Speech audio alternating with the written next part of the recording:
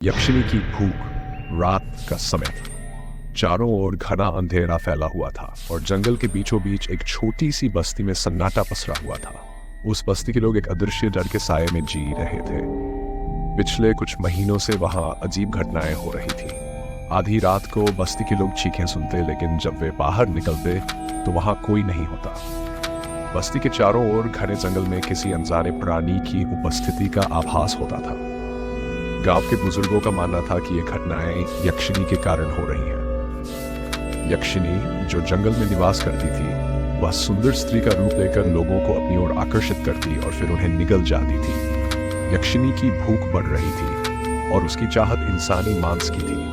रवि, जो हाल ही में शहर से गांव लौटा था, इन कहानियों पर बिल्कुल विश्वास नहीं करता था। वह पढ़ा लिखा था और इन बातों को सिर्फ अंधविश्वास मानता था।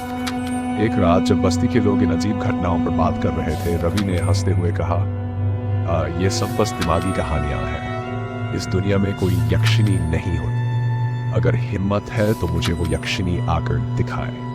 गांव के लोग चुप हो गए। उन्होंने रवि को चेतावनी दी, रवि, तुम ये खेल मत खेलो। यहाँ की यक्षिणी मजाक की चीज नहीं है। उसकी भूख इंसानों के खून की है। लेकिन रवि को इन बातों से कोई फर्क नहीं पड़ा। उसने सोचा, मुझे ये लोग बेवकूफ बना रहे हैं। आज मैं अकेला जंगल में जाकर इस यक्षिणी की सच्चाई खुद देखूंगा। रात को जब पूरा गांव सो रहा था, रवि अकेला अपनी टॉर्च लेकर जंगल की ओर चल पड़ा। जंगल के रास्ते में हवा की सरसराहट और पेड़ों की शाखाओं की आवाज उसके दिल की धड़कनों को बढ़ा रही थी, लेकिन उसने अपनी हिम्मत नहीं हारी। वह खुद को समझाता रहा, ये सब मन का वहम है, कुछ भी नहीं होने वाला। कुछ दूर चलने के बाद रवि को महसूस हुआ कि कोई उसकी ओर देख रहा है। उसने टॉर्च जलाकर इधर उधर देखा, लेकिन उसे कुछ नजर नहीं आया। तभी अचानक उसके पीछे से किसी ने उसका नाम पुकारा, रवि। वहां आवाज धीमी और मीठी थी, लेकिन उसमें कुछ ऐसा था जिसने रवि को कंपा दिया। रवि ने पलटकर देखा तो सामने एक बेहद सुंदर स्त्री खड़ी थी।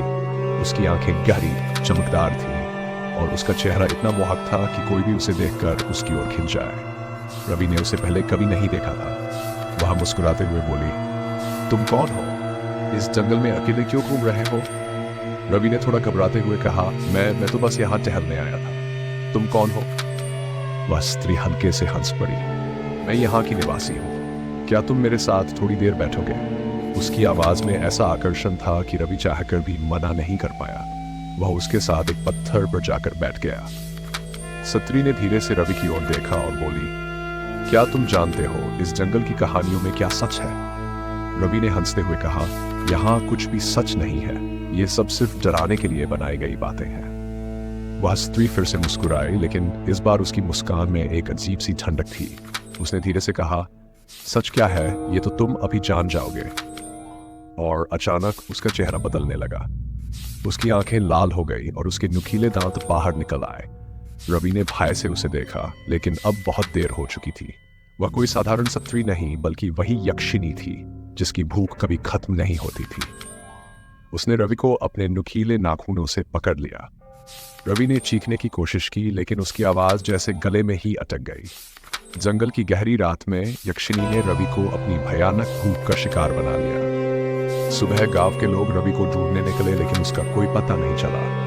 उसकी टॉर्च और जूते तो जंगल के किनारे मिले, लेकिन रवि गायब था। गांव के लोग अब भी मानते हैं कि यक्षिणी की भूख कभी शांत नहीं होती और जो भी उस जंगल में जाता है वो वापस नहीं लौटता। क्या सच में यक्षिणी थी, या फिर ये सिर्फ गांव के डरावने किस्से हैं? और अगर यक्षिणी थी तो उसकी भूख कब शांत होगी? ये राज अब भी उस जंगल की गहराइयों में छुपा है।